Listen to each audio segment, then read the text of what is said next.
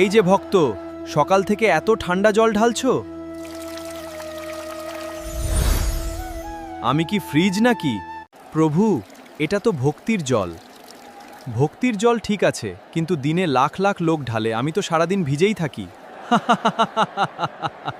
প্রভু, আপনি তো গঙ্গাধর, জলেই তো আপনার আনন্দ।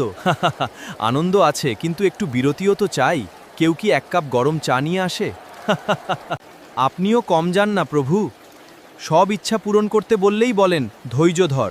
আর তোমরা পরীক্ষার আগের রাতে এসে বলো, প্রভু এবার শুধু পাশ করিয়ে দিন।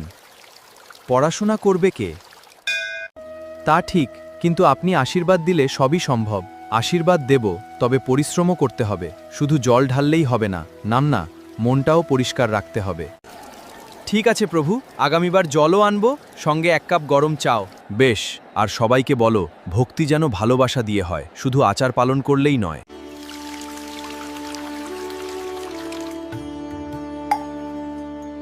ভক্তিতে থাকুক আনন্দ, ভালোবাসা আর হাসি।